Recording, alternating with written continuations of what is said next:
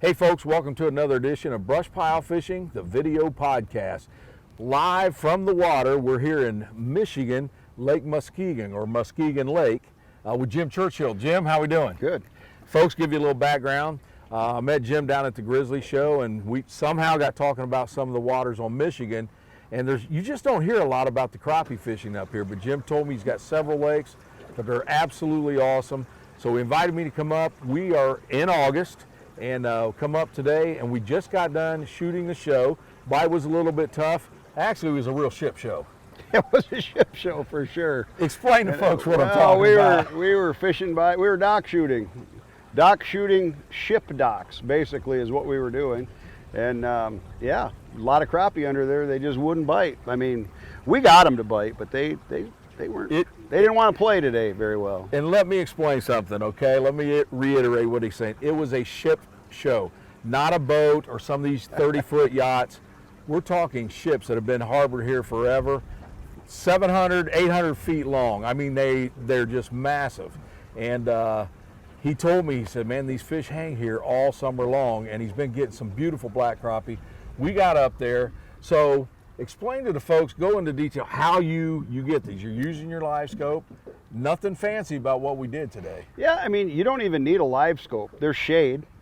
And those crappie, they've got the right depth of water that they want. It's 23 to 30 feet deep, and they're suspended in the shade underneath these ships. And in the morning, you know, sun comes up in the east, so it's casting a shadow. So the crappie are out in the open, and you're able to cast to them and catch them. If you have a live scope, that's great. You can see right where they're at. Otherwise, we're just casting and counting down, you know, count down 5 feet. Old school, count down 10, real slow. And as you saw, you reel it slow, slow. If you're reeling it slow, you need to slow down a little bit more. And you know, one of the things he talked about, we caught them anywhere from drop down at 8 all the way down to about 25. And the thing today, just like any other lake in the country, the bite was slow. And we missed several that just barely let you know they were there.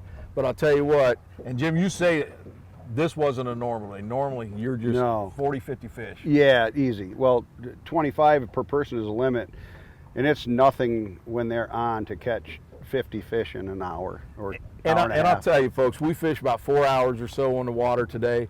We probably will use, I don't know, 12 to 15 fish on the show. I had a ball. If I was coming up here, not taping a show, just on a pleasure trip to fish, I'd have been tickled to death today, especially with the quality that we caught. Yeah, they're nice. We caught a few today that were smaller than have been, but those fish have been hurt a little bit too. I mean, people fish it, a few people, not a lot. I mean, it's nothing like down south. Yeah. If we were down in Mississippi or Kentucky somewhere, the boat ramp would have been full, and there'd be boats all over here doing this, and they're just not there. Yeah. You know. So anywhere on these lakes, these Clearwater lakes, where you have deep water and a dock, or anything that's going to create shade, those crappie are going to be up under there. Yep. They just are. As you can hear my phone, folks, but I said we were live, and we are live. Now, you also fish several lakes in this area, because there's a lot of lakes around here. All over the whole state. There's a lake in Michigan every 3 miles. That's crazy. Yeah, and they're all full of crappie. And before we continue, I want to thank Jim for his service, another veteran joining us here. Jim, thank you very much, man. The country appreciates it. Thank you. you. All the crappie anglers do. We're special. Yeah, I know, a bunch special of them. group, man. We are special. Yeah, we we're have to be, special. because we're the only ones that understand us. Yeah, man, folks, if you're like a normal person, you probably would not have wanted to be on a boat with us today. I'm just gonna say we're kind of normal. Yeah, okay, You know, we'll buy that. it's our normal, right? Yeah, It's our normal. yeah. But what's another lake around here that you like to fish? Maybe a little bit different pattern. Oh, than what we did today? just south of here, Spring Lake is real good. Mona Lake is real good. You can go to Mona Lake and just fish under the bridge. There's a bridge that goes over it. Same situation. You don't need a bunch of fancy electronics. You could get a minnow rig or whatever and drop it down in the shade.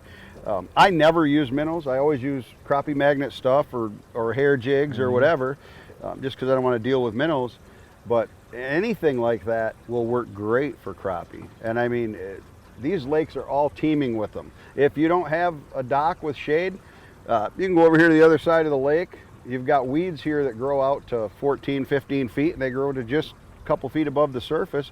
You just go along that deep weed edge and cast, and you'll catch them. And see, I'll be honest with you, when you when we started putting this show together about a week ago, say we're going to do this, I kept thinking, because I know how clear these lakes are up here, so I thought we were going to be doing some weed beds or something like that. And as far from that as possible, man. This was great. The problem is, it's a lot of pressure being on your show. You're like, okay, so I catch these every day. Now I got to do a TV. It's more pressure than a tournament. I mean, it just is, because now you've driven all the way up here. You know, it's a long drive, and to come here and not catch enough to do a show, that'd be bad. What? You gave me a whole 4 hours to make a show. So. Well, I'll tell you what, and again, you said the bite was tough today compared to Yeah. I loved it. I had a ball today. The thing that really gets me, and me and you had talked about this on the phone a little bit last night, is, you know, up here everyone's here for the, you know, the trout and the walleye and the pike, and there's muskie up here. The salmon right now, it's just... We never saw another boat up here crappie fishing. No. And we caught, folks, we'll show some pictures during this podcast, but we caught some very, very nice black crappie. And for the month of August, it's been super, and we never saw anyone else crappie fishing. And we would see somebody, how many acres is this lake? About 5,100 acres, I guess it is. 5,100. Yeah, it's not real big, but it's bigger than, if you looked at it, you think it's bigger than it is, but it's not really that big. You know? Never saw, now it's a weekday, but still, and you told me on the weekends it's kind of good to stay away because of pleasure boaters. Yeah, I mean, you come early. If you come early, usually if I come here on a weekend, which I normally don't, I'll go to a small lake. I'll go early, and I'm getting out of there by 10 o'clock, because it can get nuts, especially on a holiday weekend. It's just, as you can see, it's marinas and boats, and it's crazy. They'll run you over pretty bad if. it's beautiful up here, folks. And I'll say one thing. Now that I've been here, from where I live in Ohio, it's about a 4.5 hour drive. I can see me coming up here just pleasure fishing, you know, having some fun. Jim, if someone, I know on your page you post a lot of what you're doing every day. I do. How do they get you on Facebook to get some information? It's just under Jim Churchill, I guess it is, or Jim Churchill Outdoor Adventures. I've got a YouTube channel, and I've also got a Widowmaker Custom Jigs page. You can hit me up on there. Yeah, you know, what we did today is different probably than anything you're going to see in the crappie world. Yeah. Oh yeah. Just because it's so industrial, I guess, everything we did today. Yeah. Like everything we see around us. Yeah, we're basically in the city of Muskegon, and we're fish. You know, we never went over to the other side of the lake, but don't ever underestimate it. Don't judge a book by its cover, because you drop them jigs, especially that jig of yours. Man, you drop that sucker in the water, you're going to get a crappie on the end of it. It's just the way it is. I mean, it just is the way it is. It did not disappoint and today, I'm looking forward to them coming out, because it's like the perfect color, and it's going to be good. Yeah, it will be. It will be real good. I can't emphasize enough. You get the products, you get the crappie magnet stuff and the B&M rods, and you're just going to be able to go out there and have a good time. I mean, well, and speaking about the equipment we used today, we used a 75th anniversary rod from B&M. Show it to you here. If you've never used one of these, we were doing a lot of casting, but we were also taking this almost like a dock shooter and letting it go, but for a sweet little casting rod. This thing, when I say light, it's as light as it gets. The reel comes with it. You're ready to go. And I'll tell you what, man, we made long casts right along the boat, and we had a lot of wind. We did. But this thing kept everything low to the water, and you feel, we talked about the bite being light, you felt everything. So just a simple rig we used today.